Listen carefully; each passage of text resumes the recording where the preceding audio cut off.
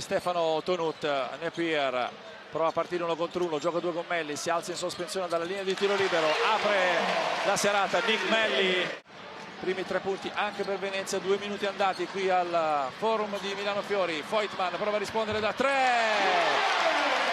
Sbaglia il tiro, Shields è già dall'altra parte e prova ad attaccare Parks, si ferma per Melli, finta il tiro, Napier lo finta, poi ha spazio, glielo lascia Watt.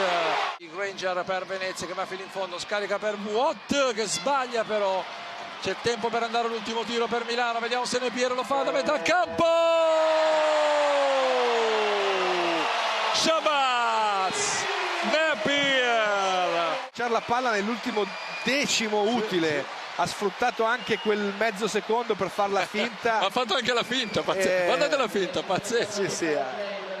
Quindi c'è l'attaccante a centro del contatto, quindi bisogna vedere un attimo, ma mi sembra che il non fischio potesse essere una buona scelta da parte dell'arbitro. Willis adesso circola bene la palla in casa Reyer. Willis, il duello si ripete a parte invertita, ancora Granger, Bramos parte, tira dall'oltre l'arco, attenzione perché questo è un giocatore che può far male se gli ci lascia spazio. Tonut prova a servire Heinz che recupera un pallone difficile, riesce a metterlo a Shields, bisogna tirare, stanno scadendo i 24, ancora un tiro sulla sirena che fa malissimo, con Milano che ha 2 possessi pieni di vantaggio. Shields in pressione su Parks che parte 1 contro 1, va fino in fondo, appoggia Willis che va a schiacciare, vi dicevo prima che ha 4 da recuperare.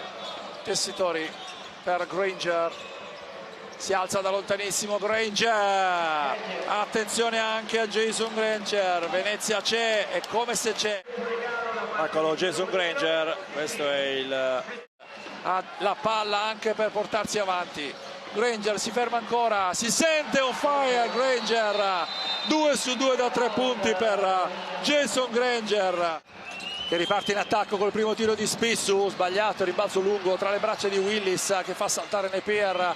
Willis poi ancora proprio per lo stesso Parks, fischia il forum, si sente ben poco sul parquet. Granger prova a partire, va fino in fondo, la finta su Heinz nell'angolo per Spissu che si alza da 3. Il rimbalzo è conquistato da Spissu, l'errore di Napier dopo quello di Hall. Adesso può gestire Venezia, forze per la schiacciata di Parks che deciderà il match. Veramente di altissimo livello. Attenzione a Napier adesso, si alza Napier perché la partita non è finita. Milano può tirare ancora, Shields, stavolta segna Shields. Sbaglia anche il secondo, non c'è più tempo, vince Venezia 76-73, prende una vittoria